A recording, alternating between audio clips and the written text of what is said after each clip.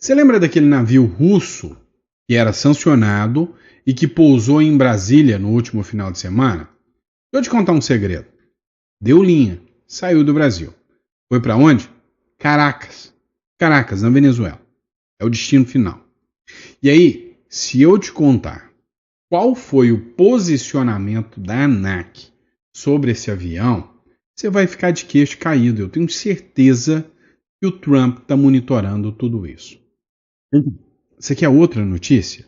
Você já ouviu a frase "o tiro saiu pela culatra"? Pois é, quer dizer que você vai dar um tiro, e em vez do tiro sair pelo cano do revólver, ele sai pelo tambor e mata quem está atrás. Exatamente o que está acontecendo com a regulação das redes sociais feita pelo Supremo Tribunal Federal.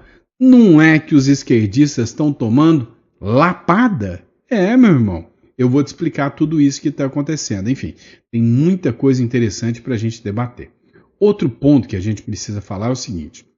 O Brasil está na mira para tomar novas sanções. Né? O Lorival Santana fez um vídeo, quase chorando, tadinho, falando que o Brasil vai levar lapada também do Donald Trump.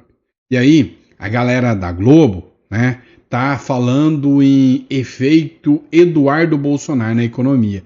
Tá falando que essas lapadas são culpa do Eduardo Bolsonaro e que o Eduardo Bolsonaro é quem prejudica a economia do Brasil com os imperialistas norte-americanos. Já teve até um prefeito do PCdoB que não pagou os professores e disse que não pagou por causa da tarifa do Trump. Detalhe, tem nem negócio com o Trump esse município. Então, assim, os caras inventam o tipo de narrativa que você menos esperar. Além disso, a gente vai falar de um plano que o Donald Trump está utilizando para limpar, para varrer dos Estados Unidos a galera da Left People, os comunas, tá? Os comunistas serão varridos, porque o Donald Trump sabe onde é que os comunistas se sustentam e ele está indo exatamente em cima disso. Vamos falar sobre tudo isso? Hoje, dia 15, esse é o nosso primeiro editorial do dia. É uma honra, um prazer enorme poder estar trazendo um conteúdo de alta relevância para vocês. Você acha que o nosso conteúdo é bom? O meu conteúdo te informa, te orienta, ou no mínimo, te diverte? Clica aqui no sininho, clica no botão inscrever-se, bora bater a nossa meta de 2 milhões de seguidores. Uma coisa eu sei, a galera da Left People tá incomodada com o nosso canal. Você não tem noção do tanto de mensagem com xingamento que essa galera da Left People coloca aqui. Por quê? Porque o nosso conteúdo tem impacto. A gente alcança muitas pessoas. Aí vira e mexe a gente recebe até ameaça, né? Mas não é à toa que a gente tem blindado. Mas até ameaças, né? Mas assim, no mais é xingamento. A maioria é xingamento. De ódio mesmo, é xingamento. Bom?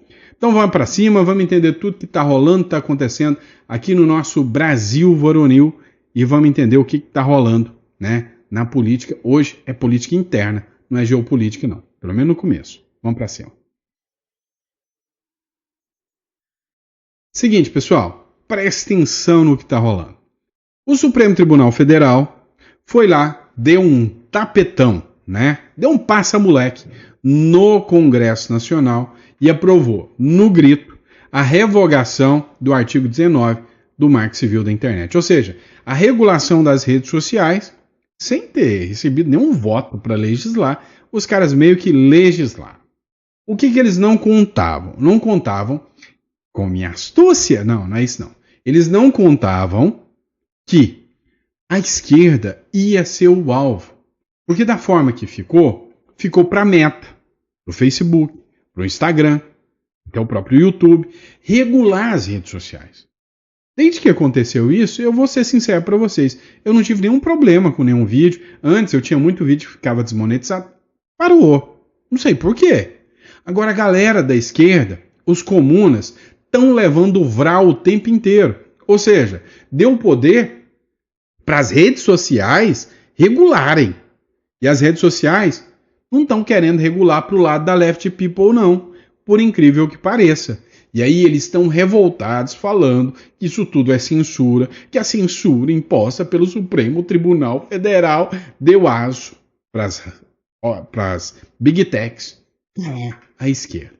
Exemplo, esse aqui é Jones Moura. Cara, assim, ele é muito amigo de dois caras que eu gosto demais, que é o Robertinho, né, e o meu amigo Chorró, lá do Três Irmãos, podcast Três Irmãos. E aí ele vive lá, né, diga-se de passar, janta muita gente lá, porque o cara é bom de debate. O que acontece? Esse tal de Jones Manuel teve a sua conta retirada, né, derrubada pelo Instagram, e gerou um bafafá, uma revolta. Isso aconteceu há uma semana atrás, exatamente 7 dias. Veja, Intervoz, perfil de esquerda, conta de Jones Manuel foi derrubada pelo Instagram. Voltou, mas a censura e a falta de transparência continuam. Peraí, a esquerda pode falar em censura quando é derrubada? E aí quando os bolsonaristas falam em censura, aí é coisa de bolsonarista, né? Terraplanista. Olha o que eles escreveram. A próxima conta derrubada pode ser a sua, com certeza. Principalmente se depender do Lula da esquerda, pode ser. Além desse absurdo, o algoritmo levanta dúvidas sobre o alcance da moderação. Não sabemos, por exemplo, se o conteúdo de Jones será entregue da mesma forma. E este post aqui? Tomara que não. A sua conta pode ser derrubada sem explicação. É agora que vocês se deram conta disso? Hein? E não há transparência, nem para recorrer. Agora que vocês deram conta disso, eu fiquei 1 mês e meio, quase 2 meses desmonetizado. Se eu não tivesse recorrido lá nos Estados Unidos, se dependesse daqui até hoje, eu estava desmonetizado. Não é só no Instagram, redes sociais e outras Big Techs. Apesar da enorme influência no debate público, odeiam seguir as regras. O que importa para elas é dinheiro. Dinheiro. Lembre também que a falta de combate ao discurso de ódio e às fake news não é incompetência, é modelo de negócio e dá lucro. Clara censura a Jones Manuel mostra de que essas empresas são aliadas da extrema-direita. Chora não, tá? Extrema-direita que se beneficia desse ambiente e parlamentares da direita que são bem mais próximos da Big Tech. Nem o básico temos. As plataformas deveriam prestar contas. O que foi moderado, como, por quem, com base em que critérios. Mas elas não querem. E o seu poder permite isso. Isso é só a ponta do iceberg. Mais do que regular a moderação, é urgente regular também o poder econômico das plataformas. Esse poder e essa grana são muito bem usados para manter tudo como está. A regulação precisa enfrentar os monopólios e o verdadeiro problema, o modelo de negócio das Big Techs. O cara está sendo censurado e defende a regulação. Eita gente bestalhada. Agora você presta atenção no seguinte. Olha só o que eu estou falando. Está alcançando. Lá atrás eu falei, gente, é só as Big Techs usarem o feitiço contra o feiticeiro. Falou que tem que regular? Regula a turma da esquerda. Aí vem mais um. Deputado processa Meta após punição por falar de sexualização infantil. Ora bolas! Tá mais do que certa a Meta, se você observar as regras e os ditames trazidos pela decisão do Supremo Tribunal Federal. O deputado federal Amon Mandel, do Cidadania, entrou na justiça contra a Meta, empresa dona do Instagram e do Facebook, alegando ter o seu perfil censurado por falar de um projeto contra a sexualização infantil. Segundo Amon, o seu perfil foi restringido após a publicação no domingo de um vídeo em que apresentava um projeto para aperfeiçoar a repressão e a sexualização infantil e juvenil com o uso de inteligência artificial. Olha, eu estou aqui falando do Amon, mas eu não sei se o projeto dele é bom ou não. Mas o que eu estou falando é que nessas horas, quando chega neles, aí eles reclamam da censura, do derrubar de perfis.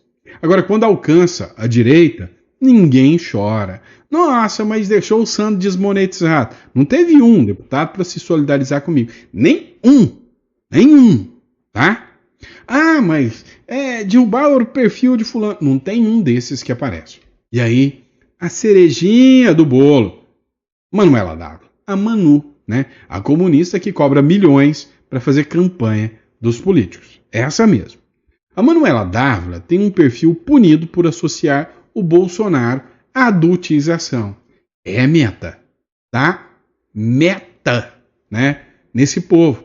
O perfil de Manuela Dávila no Instagram foi alvo de uma série de restrições estabelecidas pela Meta, após uma publicação em que a ex-deputada relaciona a adultização infantil nas redes sociais a Jair Bolsonaro e a direita brasileira. A minha conta no Instagram acaba de receber diversas punições por termos trazido o debate sobre a adultização das infâncias, vinculando as práticas da extrema-direita no Brasil. Todos nós lembramos quando Jair Bolsonaro diz que pintou um clima quando associamos a pedofilia e a adultização das infâncias a Bolsonaro, recebemos proibições da Meta. Eu quero é que vocês da esquerda realmente assinem um projeto de lei de castração química. Eu quero é aumento de pena para pedófilo, para quem aproveita disso aí, né, da adultização das crianças. Eu quero que vocês realmente atuem de forma firme. Agora, vocês querem fazer postagenzinha vinculando ao Bolsonaro, e aí quando tira, vocês ficam no chororô? Resumindo, o que eu quero mostrar para vocês é, o jogo virou. A esquerda está sendo o alvo do veneno que eles criaram. Mas vamos lá, vamos falar dessa loucura aqui? Matéria do Paulo Figueiredo. Ó, foi anteontem, 3 dias, 4 dias atrás, se eu não me engano, um avião pousou, tá? Pousou na base aérea de Brasília. Um avião russo de uma empresa russa. Essa empresa é sancionada pelo governo norte-americano. O governo dos Estados Unidos sancionou essa empresa e falou: essa empresa é uma empresa que é vinculada ao narcotráfico, é uma empresa que já levou produtos e insumos ilícitos para Caracas, lá para o Maduro, para a Venezuela. É uma empresa que ajuda a sustentar a guerra da Rússia na Ucrânia. É um cargueiro IL-76, né? Yushin IL-73 da Aviacons Iotrans. Detalhe, chegou, pousou, ficou na maciota aqui do Brasil. Detalhe, tem uma agência aqui no Brasil chamada ANAC. Ela tem a obrigação de registrar tudo que pousa e sai. Sabe de uma coisa? A ANAC não registrou o que era a carga, quem eram os tripulantes, não registrou nada, segundo o Paulo Figueiredo. Avião russo sancionado pelos Estados Unidos decolou de Brasília, rumo a Caracas, após 3 dias na base aérea. O cargueiro da Aviacons Iotrans deixou o Brasil na quarta-feira com escala de 6 horas na Bolívia, antes de pousar em Caracas. Destino foi para Caracas, na Venezuela. A aeronave chegou no domingo, vinda de Guiné, depois de passar em Moscou, Baku e Argel. A ANAC confirmou que a autorização da empresa expirou em abril de 2023. É uma empresa não autorizada a ultrapassar no nosso espaço aéreo. Por quê? Porque ela não tem autorização. A autorização já foi expirada desde 2023. Quem deixou essa empresa pousar aqui? Cadê as 48 horas, 72 horas do STF para saber a informação do porquê essa aeronave pousou aqui? O que tinha lá dentro? O FAB não me informou detalhes sobre essa carga ou tripulação. O general Girão questionou a entrada sem autorização do Congresso. O Márcio Bittar também cobrou explicações da defesa do Itamaraty. A chegada ocorreu um dia após a ligação entre Lula e Putin. O governo não esclareceu qual foi a missão. Hein? Gostou? Pois é, você acha que o Donald Trump não está mirando isso aí? É lógico que está. Por falar em Donald Trump, próximo bloco tem uma matéria para a gente discutir. O Trump, ele tá meio assim com o Brasil, ou melhor, com o governo brasileiro. Segundo o G1, o Trump disse que o Brasil é um, abre aspas, péssimo parceiro comercial e volta a mentir sobre as tarifas. Mentir sobre as tarifas? Olha só, guerra comercial. O presidente dos Estados Unidos, Donald Trump, afirmou que o Brasil é um péssimo parceiro comercial e chamou o processo contra o ex-presidente brasileiro, Jair Bolsonaro, de execução política, em uma conversa com jornalistas na Casa Branca nesta quinta-feira. Ao ser questionado sobre as tarifas aplicadas a países da América Latina e a aproximação deles com a China, principalmente após a medida, Trump afirmou que não está preocupado e voltou a atacar o Brasil. Abre aspas. O Brasil tem sido, né, a interpretação do pessoal, eles não sabem diferenciar o com o tem sido, né? Assim, são situações completamente diferentes, é uma questão de interpretação. O Brasil não é um péssimo parceiro comercial. Tem sido, desde 2023, eu acredito. O Brasil tem sido um péssimo parceiro comercial em termos de tarifas. Como você sabe, eles nos cobram tarifas enormes, muito maiores do que as que nós cobramos. E basicamente, nós nem estávamos cobrando nada. Eles cobram uma tarifa enorme e tornaram tudo muito difícil de fazer. Então agora, eles estão sendo cobrados em 50% de tarifas e não estão felizes. Mas é assim que funciona. Tá errado o Trump? Olha, cá entre nós, tá errado o Donald Trump? Você sabe que não tá. Vamos lá, deixa eu te perguntar. Vou fazer de novo. Eu compro um carro de $20 mil nos Estados Unidos. Mando buscar lá nos Estados Unidos e ele chega aqui para me vender. Paguei 20. Com ICMS, IPI, né? Imposto de importação e tal. Esse veículo que custa $20 mil nos Estados Unidos chega aqui no Brasil no mínimo a $46 mil. Muito mais do que o dobro. No mínimo. Agora a gente inverte o bagulho, né? Carro não, que a gente não produz carro. Mas vamos pegar um maquinário agrícola aqui. A gente pega um maquinário agrícola que custa $20 mil no Brasil. O Trump vem cá, ou um americano vem cá e compra, paga $20 mil para o brasileiro aqui. Viaja o oceano, seguindo a mesma regra, o mesmo jeito, chega lá, paga as tarifas. Vai sair por mais ou menos $26 mil. O custo de frete, o FOB, tudo isso. Mais ou menos $26 mil. Deu para você entender o tamanho da diferença? Se você não entendeu isso, aí fica difícil a gente conversar. Né?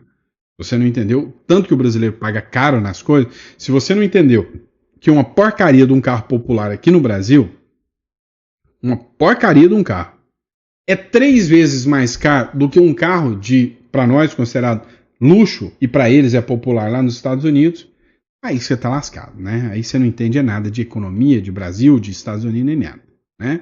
Vamos lá, ó. Vem mais chumbo grosso dos Estados Unidos contra o Brasil, sinaliza o Lorival Santana. Quase chorou para falar isso aqui, mas ainda vem mais sanção. A informação que eu tenho agora é de que vão vir mais coisas do governo americano contra o governo brasileiro. Você tem identificação se havia Departamento de Estado, Casa Branca? Não sei, não tem detalhes. Certamente é coordenado pelo Departamento de Estado. Agora, se a ordem virá por meio da área do comércio, da área do Tesouro, que seria a Lei Magnitsky, ou no caso do Departamento de Estado, diretamente a questão dos vistos, eu ainda não sei, espero descobrir o mais rápido possível. Nós também esperamos descobrir o mais rápido possível. Só torço, só peço que não sacaneie o povo brasileiro, né? Porque, vem cá, fica punindo o povo brasileiro, que paga caro, e se sacrifica, se bem que o povo brasileiro merece, de certa forma, né? Merece. Vocês sabem por quê. Vai direto dos caras. É pra punir, é pra sancionar? Vai lá. Pega até o cachorro, faz o que vocês quiserem. Mas deixa o povo brasileiro tranquilo e em paz. Vamos lá. Agora, dá uma olhada nisso aqui. O senador Márcio Bittar, ele quase que desunhou aqui o modus operandi da turma dos Comuna, né? Ele fez a publicação aqui, né, no perfil dele, o senador desenhou, e aí colocou os comunas aqui, né?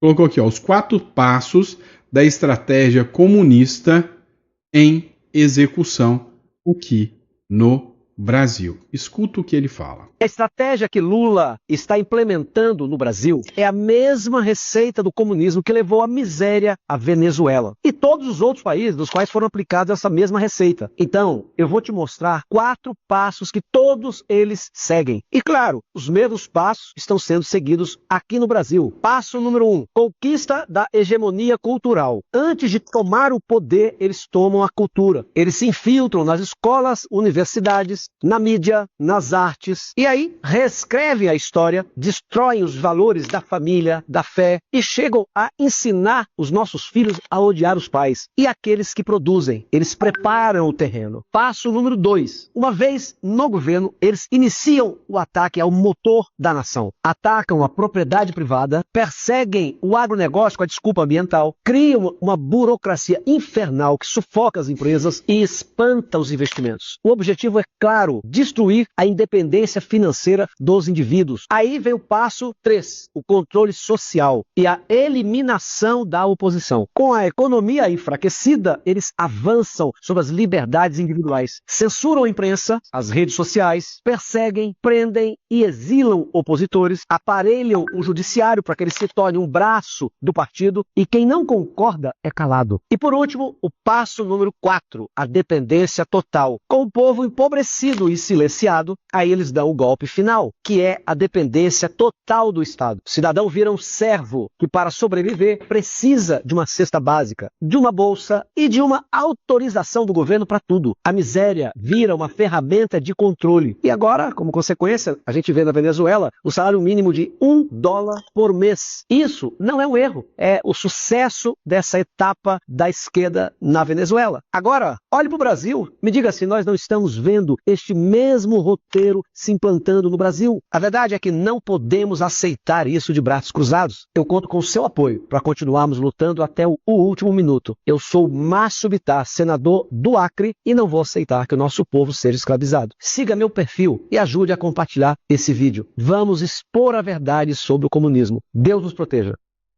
Pois é, pessoal, perfil aqui do senador Márcio Bittar. Vou fazer uma pergunta clara para você e bem objetivo. Ele está errado? Você vai me falar sim ou não. Ele está errado ou ele está certo? Porque é o seguinte, estão tentando enfiar isso goela abaixo do brasileiro.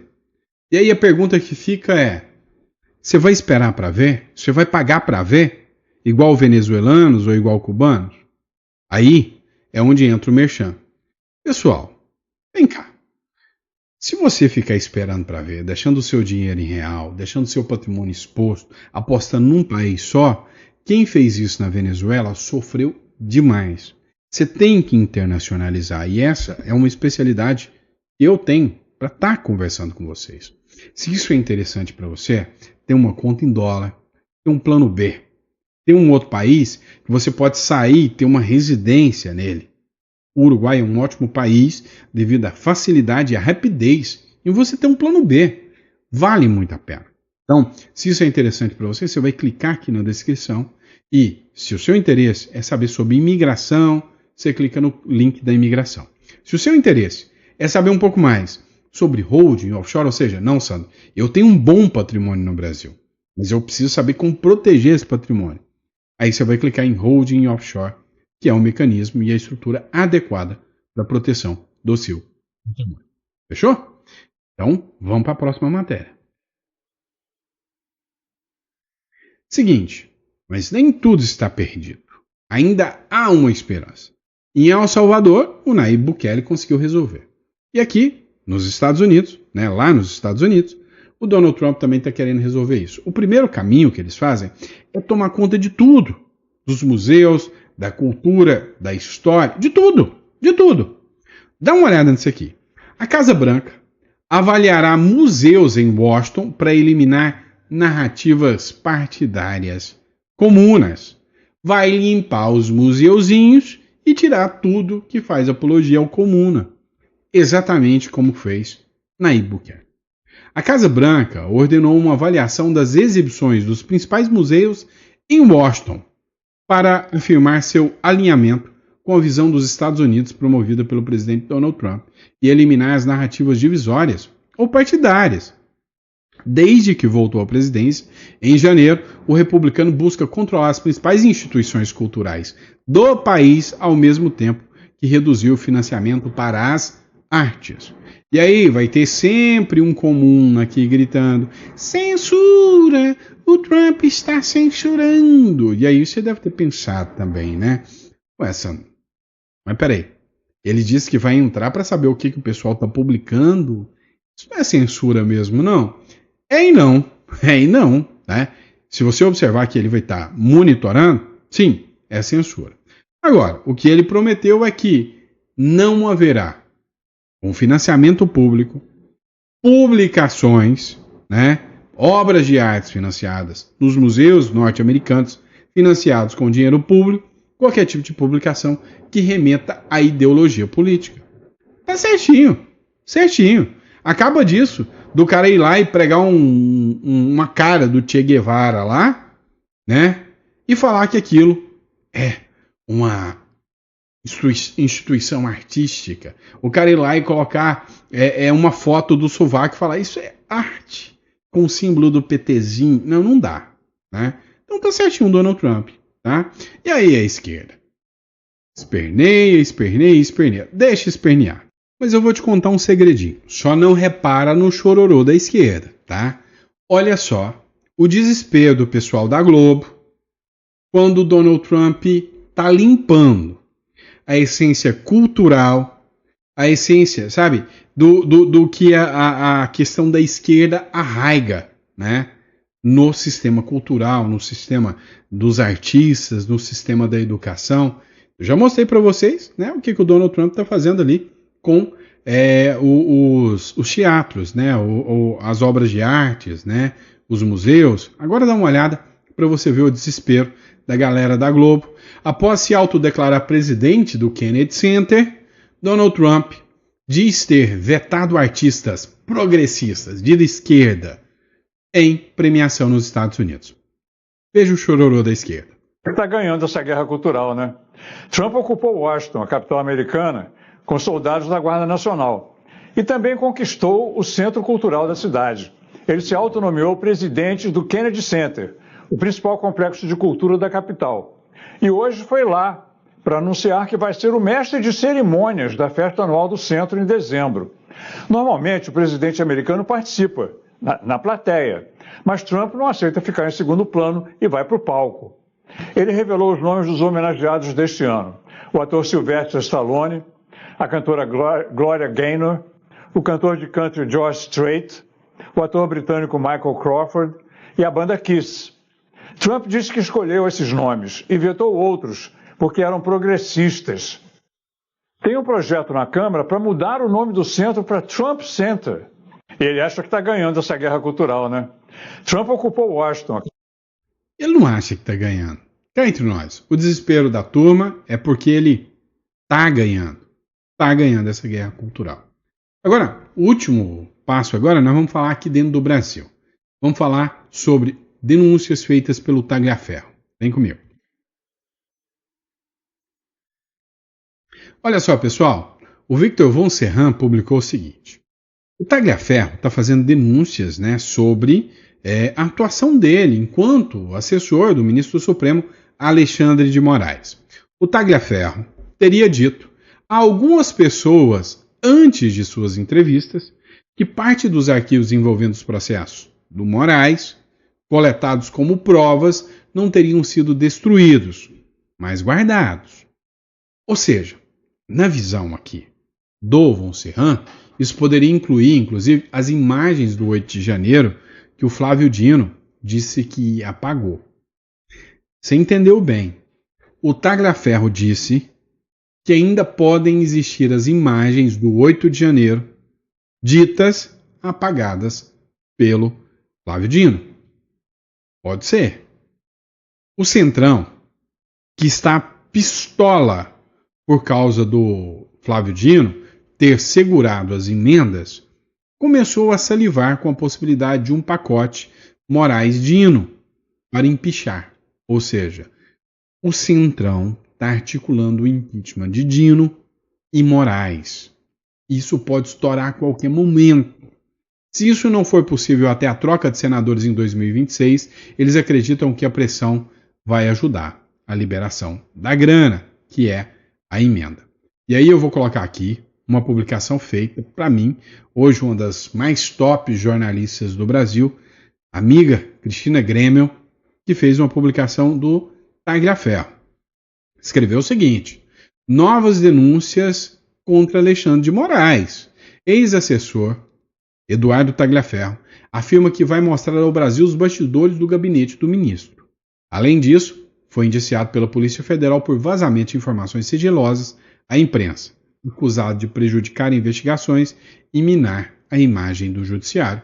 É a publicação, sobre o Tagliaferro aqui. Isso aí, é que o material está todo numa emissora internacional e a única exigência a mim que foi feita é eu não ficar falando, não divulgar o que eles vão divulgar. Isso aqui que eu estou falando não é nada grave perto do que vem. Não é nada grave. Perto do que vem é fichinha, entendeu? Muitos envolvidos, pessoas de extrema importância no país. Então a exigência que me foi feita pela emissora é não fale nada. Só isso. Mas o povo vai saber. Foi justamente porque nenhuma emissora do Brasil quis comprar essa briga. Eles ficaram escondidos. Há muito tempo tentando que acontecesse sozinho, fique muito claro, e ninguém quis comprar essa briga. Tenho recebido agora mensagens de alguns jornalistas da Globo, do Estadão. Eu não estou falando. Primeiro, por conta da exclusividade que me foi pedido pela essa grande emissora. Segundo, porque assim, foram tentativas frustradas. Não quiseram fazer. Agora eles querem furo? Não vão ter furo. Eu vou colocar numa imprensa que de fato é séria. Vai sair, é que o material está todo numa emissora internacional.